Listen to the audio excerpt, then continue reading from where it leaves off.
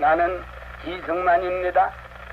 미국 워싱턴에서 해내 해외에 산재한 우리 2,300만 동포에게 말합니다. 어디서든지 내 말 듣나니는 자세히 들으시오. 외적이 양양자득하여 온 세상이 다 저의 것으로 알지만은 얼마 아니해서 벼락불이 쏟아질 것이니 이황 히로히도 멸망이 멀지 아니한 것을 세상이 다 아는 것입니다.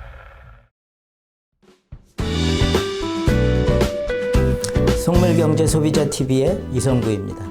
오늘은 그 이승만 대통령과 한국 자본주의 시장 경제의 형성 이런 제목으로 말씀을 드려볼까 하는데, 제가 지금까지 박정희 대통령부터 김대중 대통령에 이르기까지 역대 대통령의 그 경제적 공과에 대해서 쭉 얘기를 해왔었는데, 이번에는 이제 그 시초에 해당하는 이승만 대통령 시기의 한국 경제에 대해서 말씀을 드려보려고 합니다.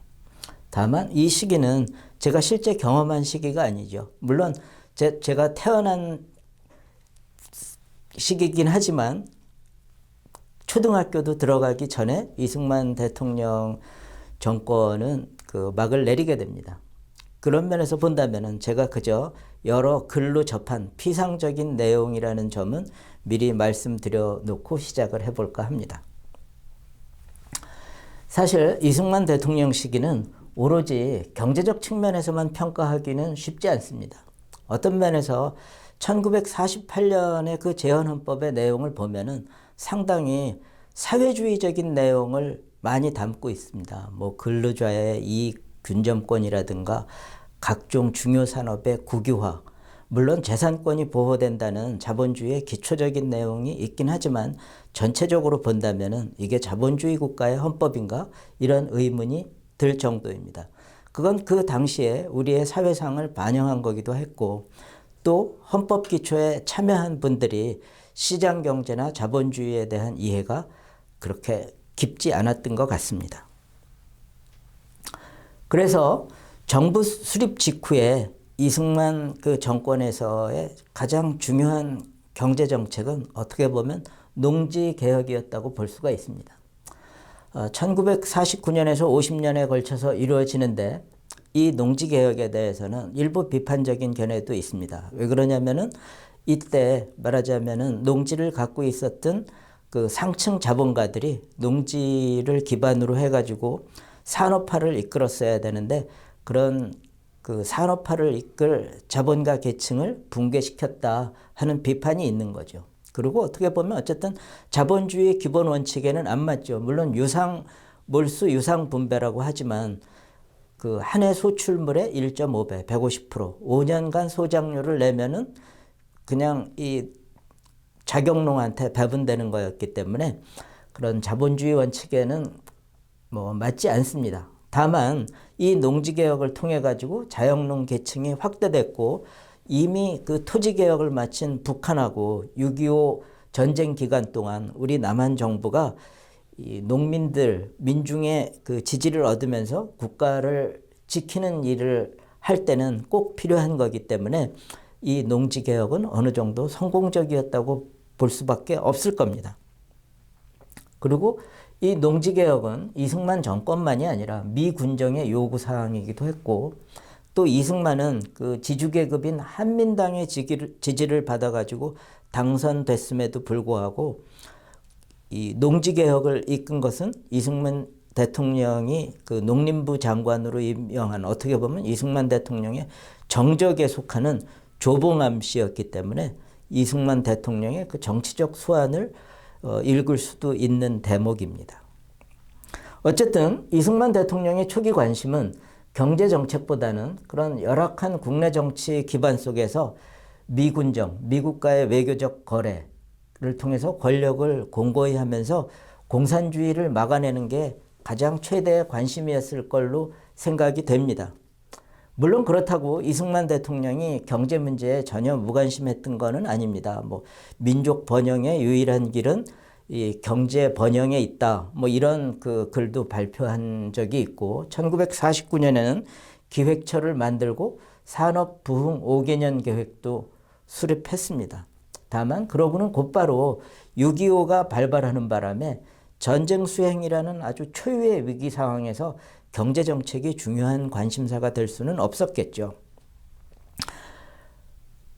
다만 전후 2년쯤이 지나서 1955년 정도에는 대체적으로 이 전후 복구가 완성이 되면서 경제는 전전 수준으로 회복되었다고 합니다.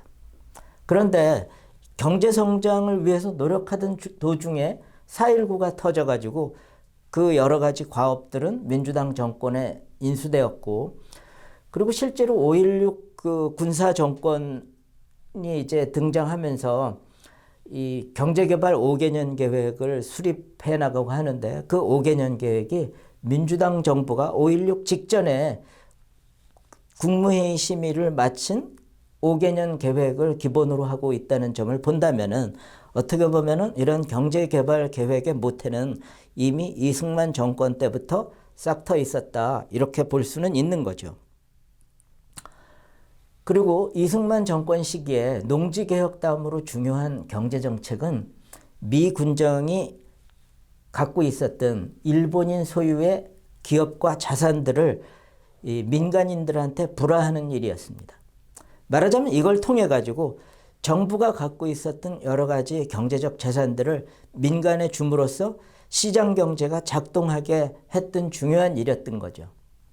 그런데 좀 아쉬웠던 거는 이 불화를 하면서 엄청난 물가 상승, 폭발적인 인플레이션이 있었기 때문에 실제적으로 이 귀속 재산의 불화는 거의 헐값에 무상으로 받는 거에 비슷하게 됐고, 이 귀속 재산을 불화한 과정에서 오늘도 이름을 남길 만한 재벌 그룹들의 상당 부분이 이때 탄생하게 됐다는 거죠.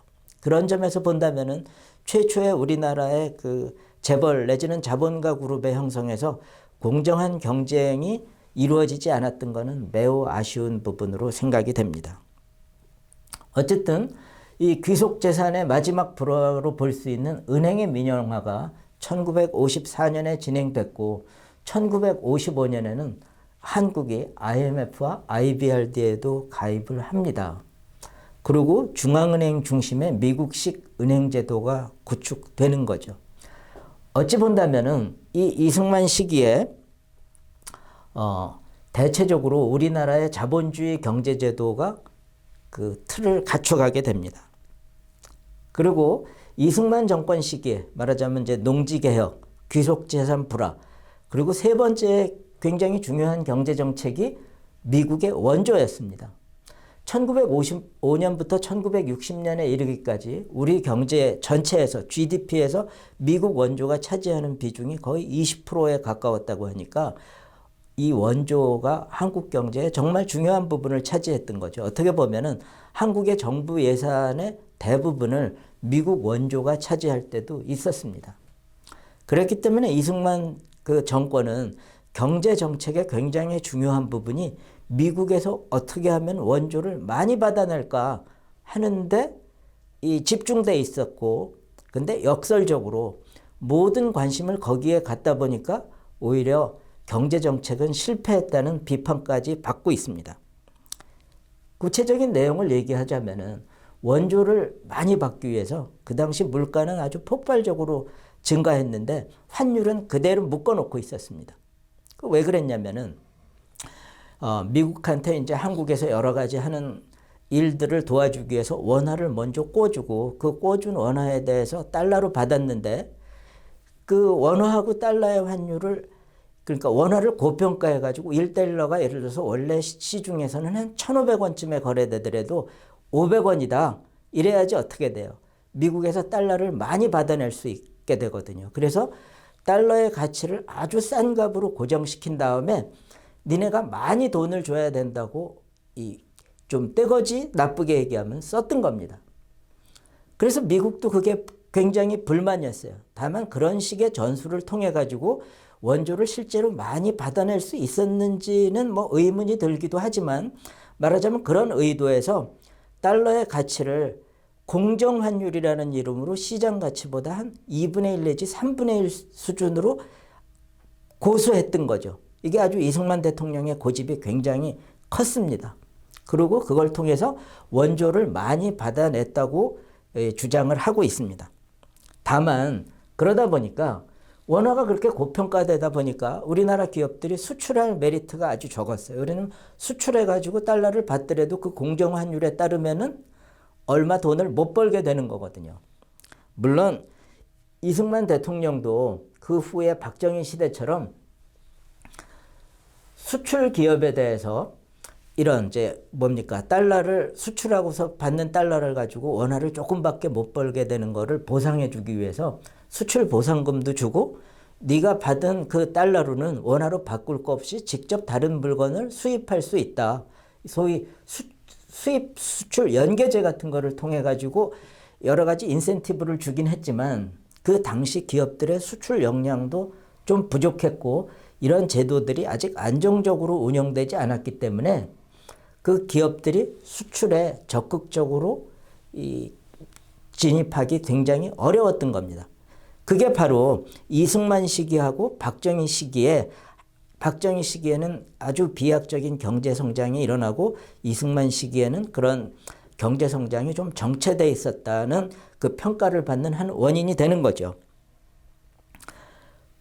그리고 가장 중요한 문제는 기업들이 결국은 렌트 시킹이라고 우리가 보통 얘기하는데 열심히 물건을 만들어 가지고 돈을 벌 생각을 하기보다는 환차를 이용해 가지고 돈 버는데 더 재미를 들려 있었던 겁니다. 말하자면 미국에서 이 농산물 원조 뭐 면화, 밀가루, 설탕 이런 게 오면은 그거를 뭡니까?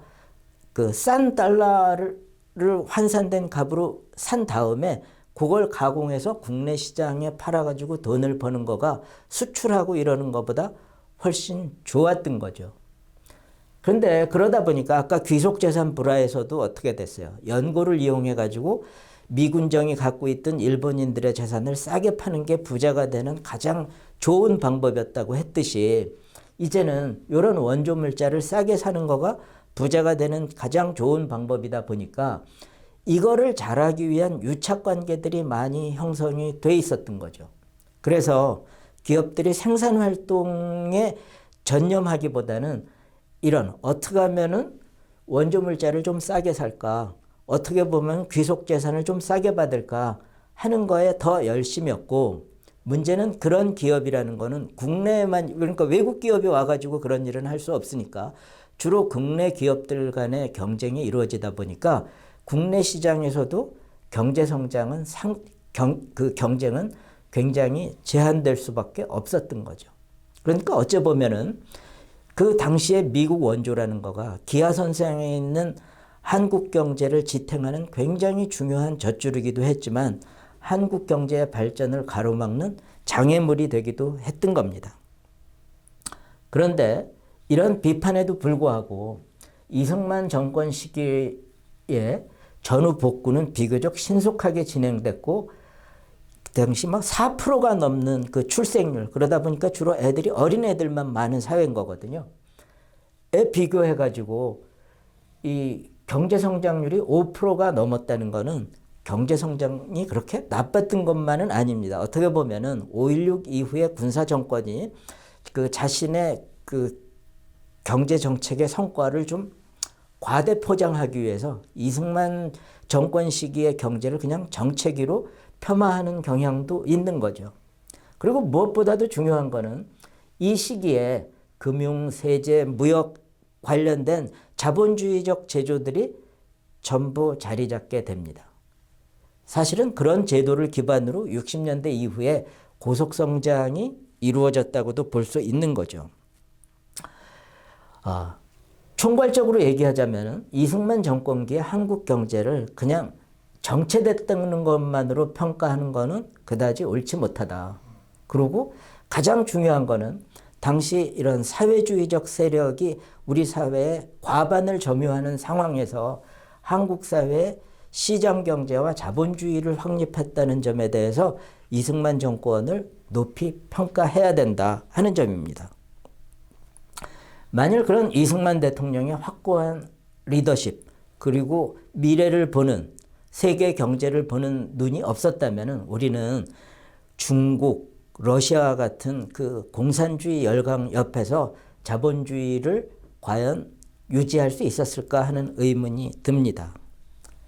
물론 귀속재산의 불허과정이라든가 환율의 비정상적인 운용 때문에 결과적으로 우리 그 자본주의 경제가 아주 자유롭고 공정한 경쟁이 이루어지지 않았고, 그 때문에 이 50년대 중반 이후에 경제적 도약의 발목을 잡았다 하는 점 역시 또 우리가 비판할 수 있는 포인트겠죠.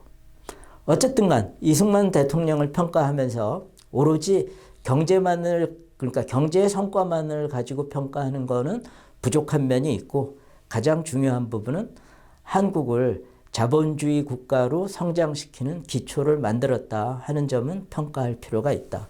이렇게 말씀을 드릴 수 있겠습니다. 경청해 주셔서 고맙습니다. 구독과 좋아요 부탁드립니다.